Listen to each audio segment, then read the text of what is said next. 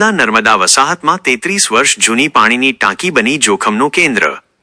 ગ્રામજનોને પીવાના પાણી માટે આ ટાંકી જ આધાર હોય, નવીન બનાવવા માગ।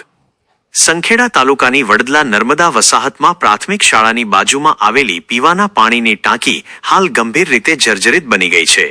વર્ષ 1992માં નિર્માણ પામેલી આ ટાંકીમાં ચારે બાજુએ મોટી તિરાડો પડી ગઈ છે, જ્યારે ટાંકીના નીચે આવેલા રૂમના સ્લેબમાંથી સળિયા બહાર દેખાઈ રહ્યા છે।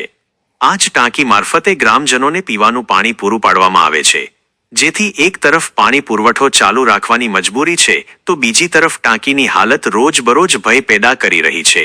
ખાસ કરીને પ્રાથમિક શાળા નજીક ટાંકી હોવાના કારણે નાના બાળકોના માથે સતત જોખમ મંડરાઈ રહ્યું છે। સ્થાનિક ગ્રામજનોએ ચિંતા વ્યક્ત કરતા જણાવ્યું છે કે જો કોઈ દિવસ આ ટાંકી ધરાશાયી થાય તો ભારે જાનહાનિ થવાની સંભાવના નકારી શકાય નહીં। અનેક વખત રજૂઆતો છતાં હજુ સુધી કોઈ નક્કર પગલું લેવાયું નથી।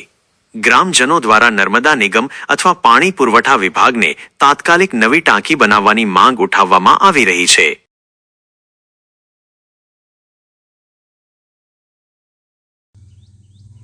ગામનું નામ છે વડદલા નર્મદા વસાહત, તાલુકો બોડેલી, જિલ્લો છોટાઉદેપુર। અમારે સ્કૂલ પ્રાથમિક શાળાની બાજુમાં પાણીની ટાંકી છે। આજે છેલ્લા 25 વર્ષથી આની આ ટાંકી છે, એ ટાંકી જર્જરી હાલતમાં છે।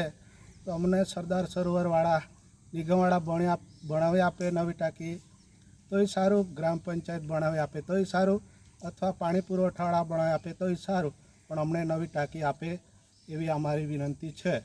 અને જોડે ડાયરેક્ટ જેવા સ્કૂલના બાળકો ભણે છે, તો ભવિષ્યમાં કંઈ ઘટના બને તો પણ એક જોડે સ્કૂલ છે એટલે જોખમકારક છે, એટલા માટે નવી ટાંકી આપે એવી આપ સાહેબને નમ્ર વિનંતી છે।